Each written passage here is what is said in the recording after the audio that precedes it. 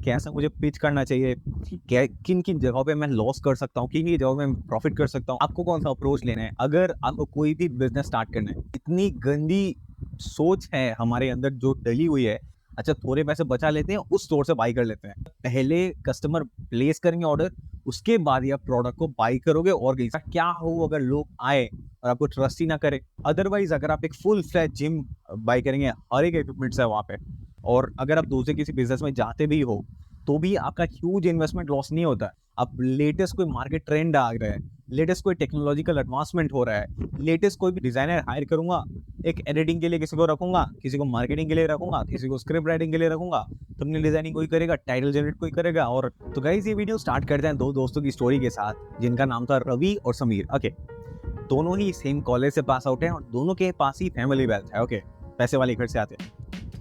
अभी दोनों का ही इंटरेस्ट होता है कि फ्यूचर में जाके दोनों ही एक लग्जूरियस बुटीक ओपन करेंगे। ओके, मतलब बहुत महंगे महंगे प्रोडक्ट्स होंगे, महंगे महंगे कस्टमर्स आएंगे और बहुत सब कुछ महंगा महंगा होगा।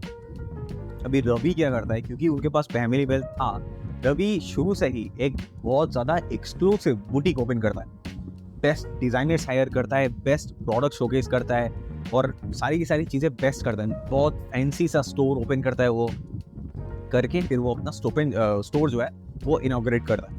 अब वहीं पे समीर जो होता है वो थोड़ा प्रैक्टिकल अप्रोच लेता है।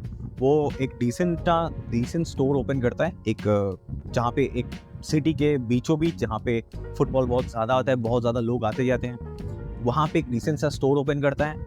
अफोर्डेबल प्राइसेस रखता है अपने प्रोडक्ट्स का, बहुत हाई एंड प्रोडक्ट्स वो शुरुआत से ही सेल नहीं करता, और ऐसे करके वो अपना जो स्टोर है वो इनॉग्रेट करता है। राइट गाइस, फिर कुछ महीने बीतने के बाद रवि का जो स्टोर है हाई एंड बुटीक, उसमें रवि देखता है कि कस्टमर्स आ तो रहे हैं बट बहुत ज़्यादा उससे बाई नहीं कर रहे हैं, क्योंकि रवि ने उसके प्राइसेस अपने प्रोडक्ट से बहुत हाई करके रखे हैं। ऐसे उसको करना ही था, क्योंकि उसी प्रोडक्ट से उसको अपने मॉल का खर्चा चलाना है, इलेक्ट्रिसिटी बिल भरना है, डिज़ाइनर्स को हायर करना है नए प्रोडक्ट्स के लिए, नए प्रोडक्ट मैन्युफैक्चरिंग करना है, मार्केटिंग वगैरह सब कुछ उन्हीं प्रोडक्ट से करना है, प्रीवियस प्रोडक्ट से।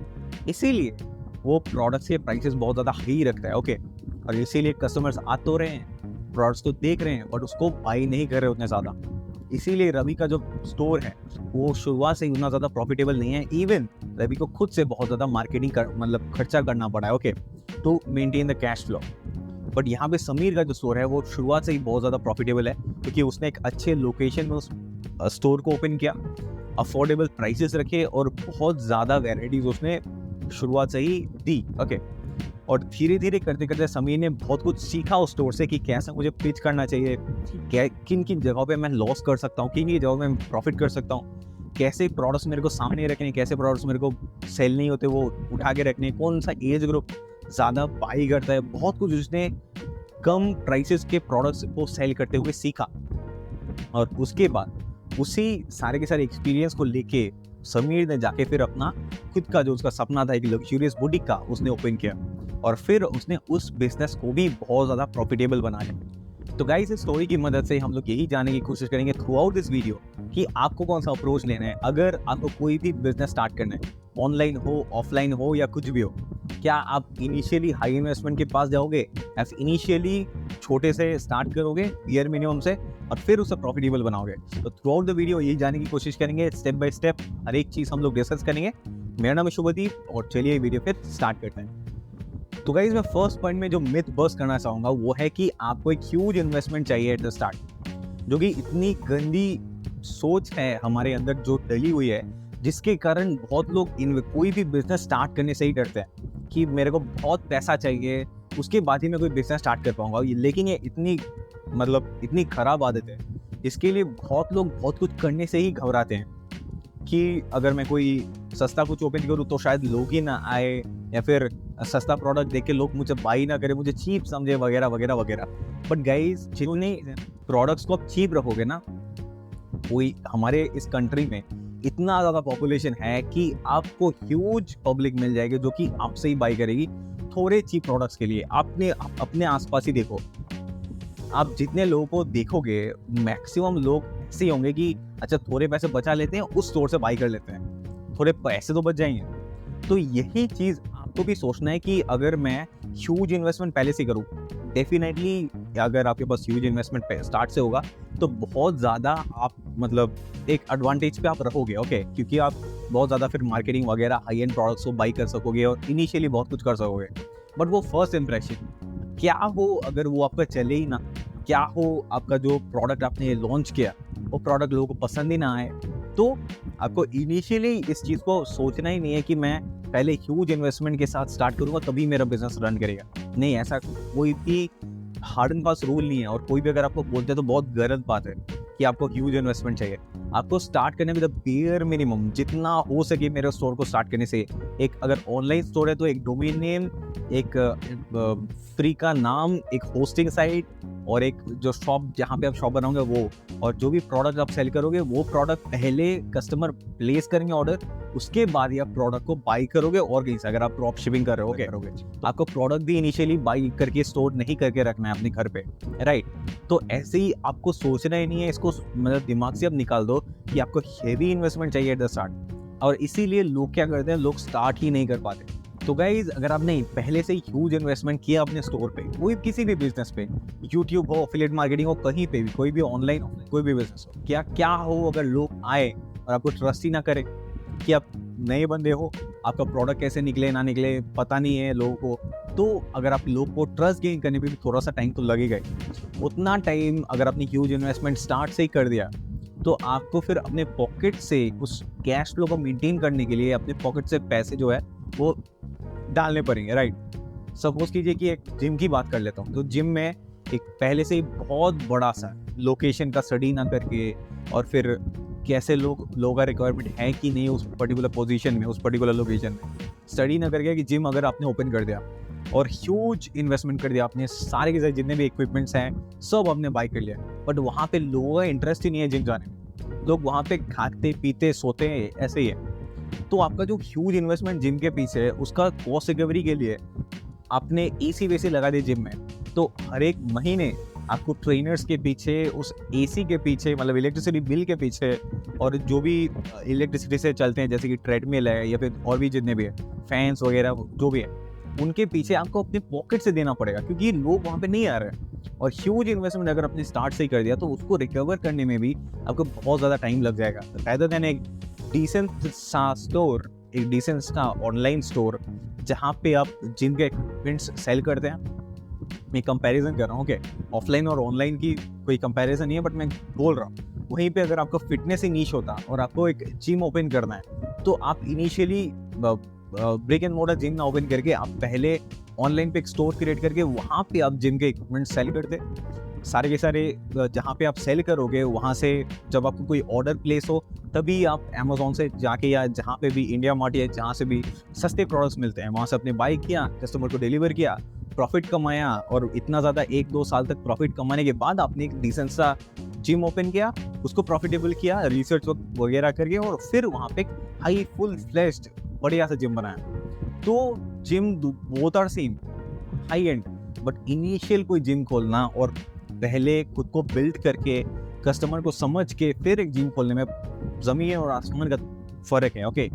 तो इसी पर को आपको समझना पड़ेगा। तो गाइस अभी डिस्कस कर दें कि इनिशियली अगर आप स्मॉल स्टार्ट करते तो आपके पास क्या क्या एडवांटेजेस होते हैं। पहला एडवांटेज होता कि आपके पास एक रूम होता टू इंक्रीज योरसेल्फ और एक्सपैंड योरसेल्फ। मतलब सपोज कीजिए कि आपने एक छोटा सा जिम स्टार्ट किया और वहाँ पे आपने देखा कि आपने बेयर मिनिमम जो भी हैं डंबल्स हैं और थोड़ा बेंच प्रेस का मशीन है और ट्रेडमिल है और पुल अप बार्स हैं, ये सब लेके आपने एक जिम स्टार्ट किया। फिर लोग आए और लोगों ने बोला कि अगर हमारे पास एक सर आप रोप का अवेलेबल करा देंगे एक रोप तो बहुत ज़्यादा ईजी होगा क्योंकि हमको वो एक्सरसाइज भी वो करना है हम सबको।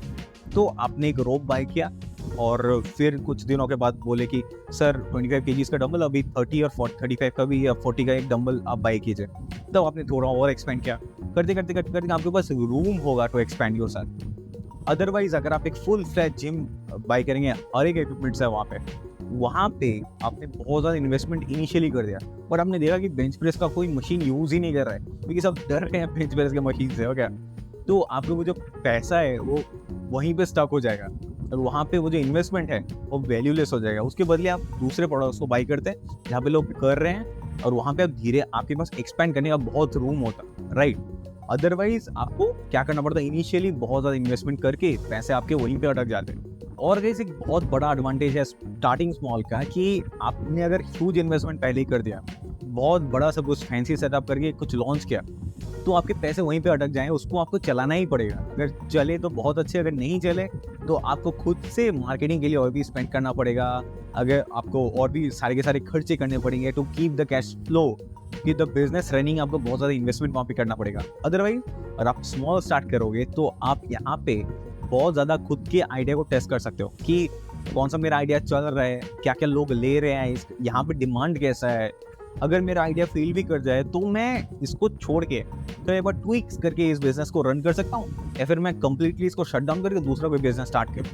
और अगर आप दूसरे किसी बिजनेस में जाते भी हो तो भी आपका ह्यूज इन्वेस्टमेंट लॉस नहीं होता है। अगर आपने स्मॉल स्टार्ट किया है, सपोज करते कि 10-20,000 ही इन्वेस्ट किया है और आपने वहाँ पे एक फुल फ्लेज बिजनेस आइडिया को आपने सेटअप करके टेस्ट कर लिया और फिर आप दूसरे आइडिया के पीछे गए, वहाँ पे आपने 10-20,000 आपने वहाँ पे बिजनेस आइडिया को ट्राई किया। अदरवाइज आप 30-40 लाख का इन्वेस्ट करके एक आइडिया को टेस्ट करने चाहोगे, बिजनेस को रन करना चाहोगे और वो नहीं चला, उसके बाद आपको और ज़्यादा इन्वेस्टमेंट वहाँ पे करना पड़ेगा maintain it to keep the business going, right.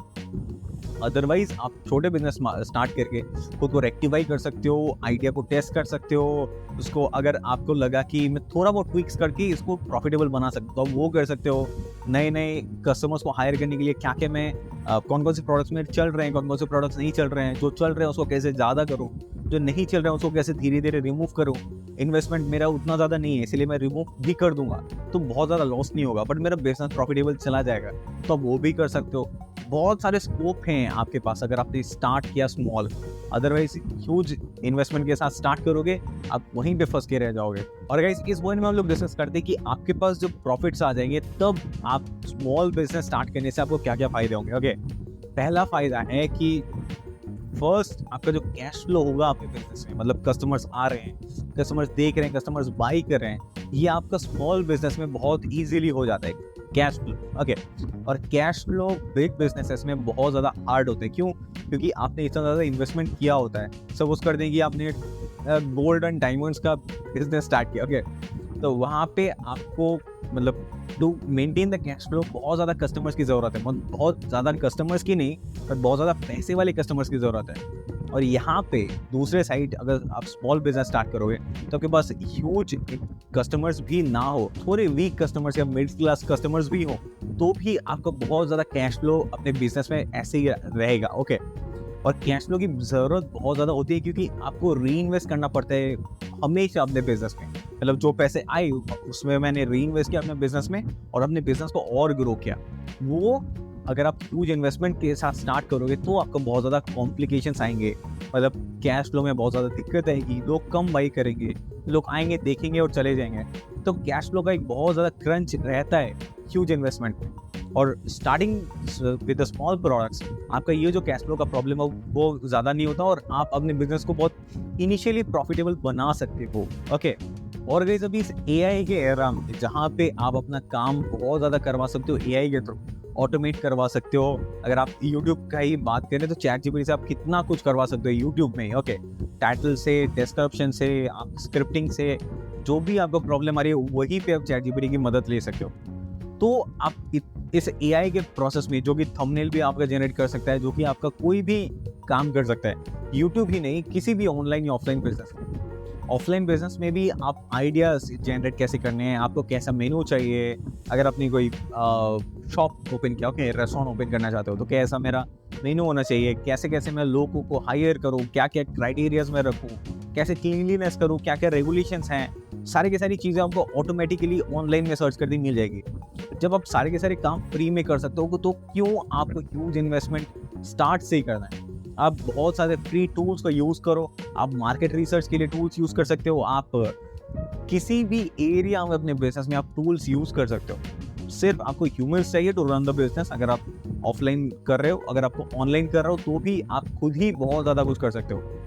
तो गाइस इस वीडियो में अभी थोड़ा सा एक रिकैप कर लेते हैं कि हमने इस वीडियो के थ्रू क्या सीखा। हमने ये सीखा कि आपको सबसे पहले ह्यूज इन्वेस्टमेंट के साथ नहीं उतरना है, आपको छोटे से स्टार्ट करना है, अपने बिजनेस को हर एक चीज़ों को समझना है। स्मॉल इन्वेस्टमेंट में के साथ आप समझ सकते हो अपने बिजनेस को कि मैं कहाँ पे क्या कर रहा हूँ, कैसे कस्टमर्स आ रहे हैं, मैं कैश फ्लो इसका कैसे बढ़ाऊँ, मैं हर एक काम कैसे करूँ। अगर मैं यूट्यूब की बात करूँ तो अगर आपने पहले अगर आपके सपने की ऑटोमेट करने का अपने बिजनेस को, तो आप पहले अगर खुद यूट्यूब के हर एक फेस को जानोगे, कैसे थंबनेल डिज़ाइन करते हैं, कैसे डिस्क्रिप्शन लिखते हैं, कैसे स्क्रिप्टिंग करते हैं, कैसे एडिटिंग करते हैं, कैसे हर एक काम करते हैं, गूगल एड्स में कैसे रन करते हैं। तो जब आप फ्यूचर में जाके यूट्यूब को ऑटोमेट करोगे, तब आपके पास अगर आपने किसी को हायर भी किया, तो आपको उसको पर्टिकुलरली कह सकते हो कि ऐसा स्क्रिप्ट ही लिखना, ऐसा थंबनेल ही जनरेट करना, ऐसा ही आप टाइटल्स लिखना, तो आपके पास एक आइडिया होगा। अगर आपके पास आप इनिशियली ह्यूज इन्वेस्टमेंट के साथ उतरोगे, तो आप यूट्यूब ऑटोमेशन तो छोड़ो, किसी भी बिजनेस में आपको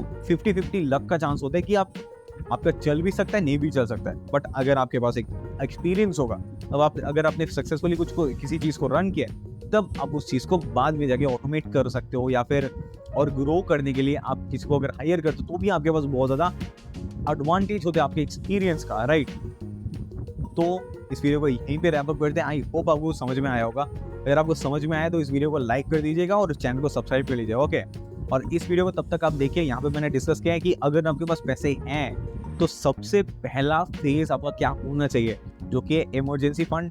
आपको इतना ज़्यादा ह्यूज इन्वेस्टमेंट करने से पहले, जैसे हमने इस वीडियो में डिस्कस किया, आपके पर्सनल फिनेंस में भी इमरजेंसी फंड का कितना बड़ा रोल है, जो कि हम लोग हमेशा अवॉइड कर देते हैं, ओके। तो आपको इस वीडियो को डेफिनेटली जाके देखना, और आपसे मिलता हूँ इस वीडियो में।